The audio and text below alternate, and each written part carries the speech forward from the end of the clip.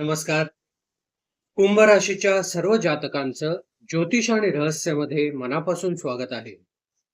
मे 2026 हा महिना कुंभ राशीच्या व्यक्तींसाठी परिवर्तन, प्रगती आणि महत्वाच्या निर्णयांचा काळ ठरू शकतो.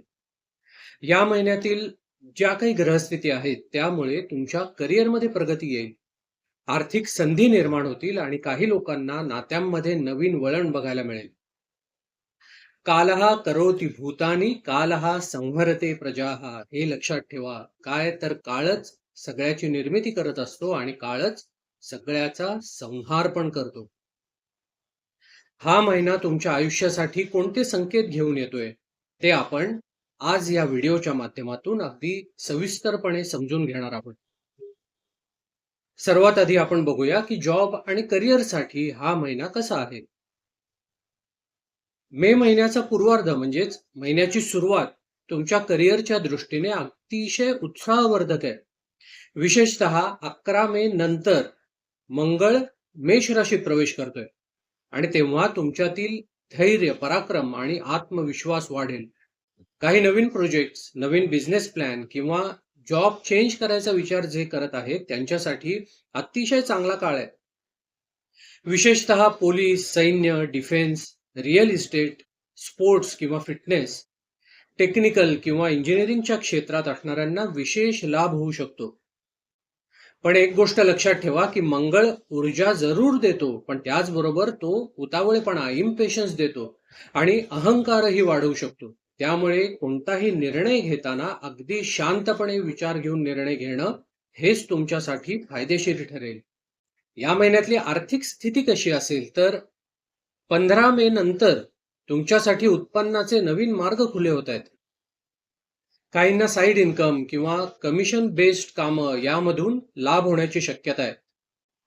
मात्र त्याचबरोबर घरातील काही जबाबदाऱ्या आणि आरोग्यासाठी होणारा खर्च यामध्ये वाढ होण्याची शक्यता आहे. त्यामुळे आपल्या बजेटचं व्यवस्थित प्लॅनिंग करा.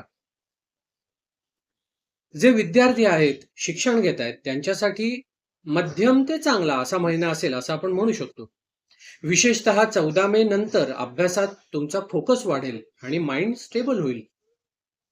सर्टिफिकेशन कोर्सेस किंवा काही skill development courses, competitive exams अशाची जर तुम्ही तयारी करत असाल तर तुमच्यासाठी उत्तम काळ आहे. जे लोक संततीसाठी प्रयत्न करत आहेत त्यांच्यासाठी महिन्याचा शेवट अगदी गोड आहे. महिन्याच्या शेवटी गोड बातमी येण्याची, शुभ बातमी मिळण्याची दाट शक्यता इथे दिसते. नातेसंबंध कसे असतील तर मे महिन्याच्या सुरुवातीला कुटुंबात थोडासा ताणतणाव जाणवू शकतो किंवा मतभेद होऊ शकतात. काही गैरसमज होऊ शकतात, पण उत्तरार्ध मात्र तुलनेने शांत आणि स्थिर असेल. प्रेमसंबंधांमध्ये अतिशय सकारात्मक ऊर्जा बघायला मिळते. सिरियस रिलेशनशिप मध्ये जे आहेत त्याचं विवाहाच्या चर्चेत रूपांतर होऊ शकतं. पण 11 मे नंतर जेव्हा मंगळ मेष राशीत येतोय तेव्हा मात्र जोडीदाराच्या स्वभावात थोडासा राग किंवा हट्टीपणा येऊ शकतो. त्यामुळे तुम्ही संयम ठेवा. तुमचा संयमच नातं वाचवेल आणि घट्ट धरून ठेवेल. आता बघूयात सगळ्यात महत्वाचं म्हणजेच तुमचं आरोग्य. हेल्थ इज वेल्थ, नाही का? आरोग्याच्या बाबतीत हा महिना थोडासा सावध राहण्याचा आहे. विशेषतः पाय दुखणं, गुडघे दुखणं किंवा हाडांच्या बाबतीत काही समस्या तुम्हाला जाणवू शकतात. थकवा किंवा वीकनेस जाणवेल. कामाचा ताण अचानक वाढल्यामुळे मानसिक शांतता थोडीशी कमी होऊ शकते आणि त्याचा थेट तुमच्या झोपेवर परिणाम होईल. त्यासाठी मग ध्यान करणं, प्राणायाम करणं आणि नियमित चालणं हे तुमच्यासाठी अतिशय फायदेशीर ठरेल. मन शांत असलं ना की शरीरही ऑटोमॅटिक स्थिर होतं. मे महिन्यातील सगळ्यात अनुकूल आणि सगळ्यात शुभ काळ तुमच्यासाठी कोणता आहे तर तो 29 मे ते 1 जून म्हणजेच महिन्याचा शेवट. याला सुवर्ण काळ असं म्हणणंही वावगं ठरणार नाही.